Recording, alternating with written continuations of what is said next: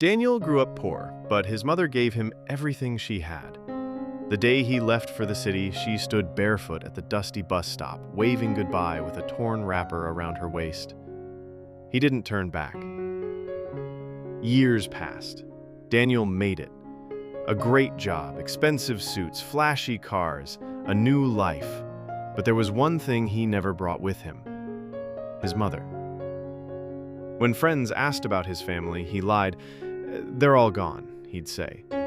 He wasn't an orphan. He was just ashamed of her poverty. Back home, she still prayed for him, still waited by the roadside, hoping for a letter, a phone call, anything. One day, she came to the city. She waited outside his office building for hours. When he saw her, he froze. Then he told security, "Please tell that woman I don't know her." She left with tears in her eyes. 3 months later, Daniel was in a car crash. When he woke up in a small, unfamiliar hospital, he could barely move. The room smelled of homemade soup. Beside him sat his mother. Her hands trembled. She had used her last money to get to him, to care for the same son who had rejected her. He tried to speak, but she only smiled and whispered, "Rest, my son." The next morning, she was gone.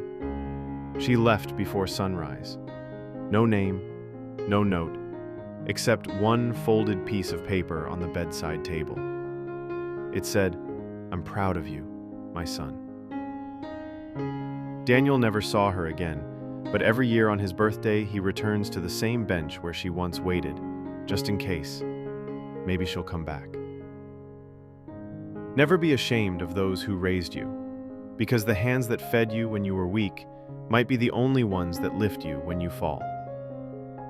If this story moved you, like, subscribe, and share it with someone who needs to hear it. We tell stories like this every week here on Turning Tales. Until next time, keep watching and keep feeling.